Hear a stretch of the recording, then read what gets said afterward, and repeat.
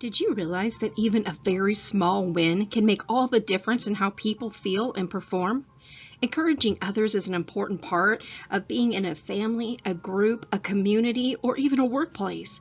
Everyone is trying their best in this world, and sometimes a kindly word of encouragement will really help others recognize that they're not alone.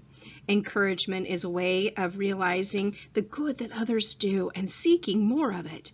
Applauding successes acknowledges that people matter and that their efforts mean much to you, whether the person is known to you or even a stranger. Take some time out and just encourage someone who crosses your path today. Encourage even the smallest efforts. Small efforts may appear little, but to the doer, having that effort recognized means a big deal.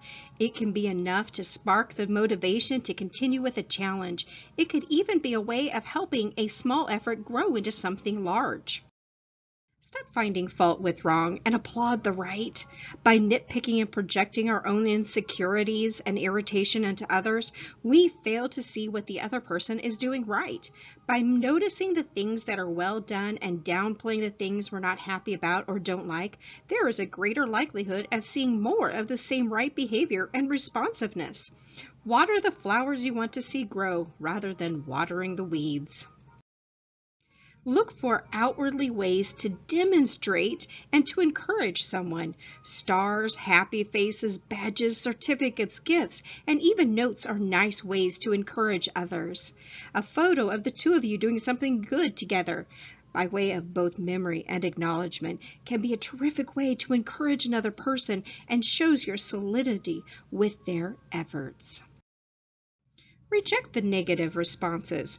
There are reactions such as frowns or pouts, and there are also the physical evidence such as a bad letter grade or nasty comments. There is always room for improvement, but there is no room for berating or criticizing with a mean intent. You may feel temporarily clever, but barbs leave lasting marks and have no benefit. Make more positive comments. Like for a child, say things like, "Your work was really neat. I can see you did a great deal of research on that topic," you can tell someone else.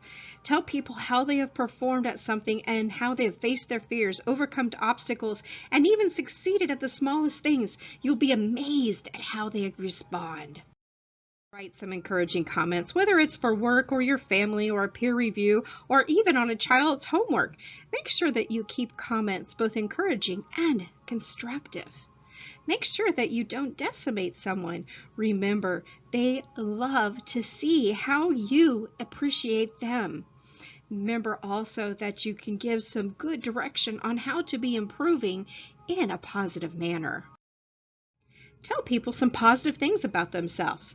People love to hear how you perceive them in a positive light, and all too often we are our very own worst critics. It can be surprisingly uplifting to hear someone externally tell us how the opposite of our worries. For example, you can point out how a kind, caring, and helpful, thoughtful, considerate, timely, reflective, whatever, how that person is. Try to point out some examples, something that demonstrates to your mind and theirs why the person shows the trait.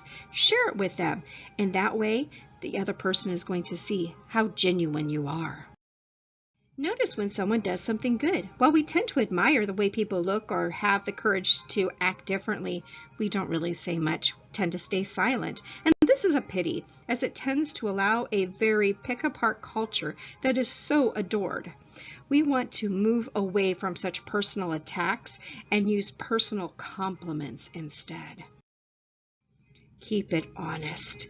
People know the truth about themselves. They'll also know when you're flattering them instead of complimenting them from your heart. Flattery is not a sincere form of encouragement. It is usually used or comes with an edge of wanting something or wanting to bump up the other person only to destroy them later. Get into the habit of speaking only honest compliments, and you'll leave the gossip and rumor style compliments and comments behind.